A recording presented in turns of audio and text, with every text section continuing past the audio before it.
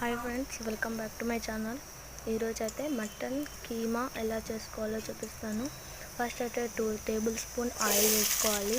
దాని తర్వాత ఉల్లిగడ్డలు కట్ చేసి పెట్టుకొని 1 కప్పు వేసుకోవాలి. దాని తర్వాత అల్లం వెల్లుల్లి పేస్ట్ వేసుకోవాలి. బాగా పచ్చి వాసన పోయేంత వరకు బాగా కలుపుతూనే ఉండాలి. దాంట్లోకి కొంచెం పసుపు వేసుకోండి.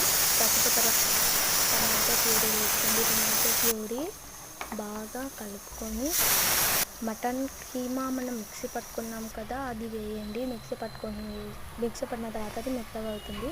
అది దాంట్లోకి యాడ్ చేయండి. తర్వాత ఒక 2 మినిట్స్ బాయిల్ అనివ్వండి. అది బాగా గట్టిగా అవుతుంది. అప్పుడు కలపండి. ఒక 2-3 మినిట్స్ కలుపుతూనే ఉండండి. కీమా చాలా టేస్ట్గా ఉంటుంది. చపాతీలోకైనా రైస్లోకైనా చాలా బాగుంటుంది. తగినంత కారం, ఉప్పు, గరం మసాలా అన్నీ మీకు తగినంత వేసుకొని కలుపుకొని మూత పెట్టేసి కాసేపు వదిలేయండి.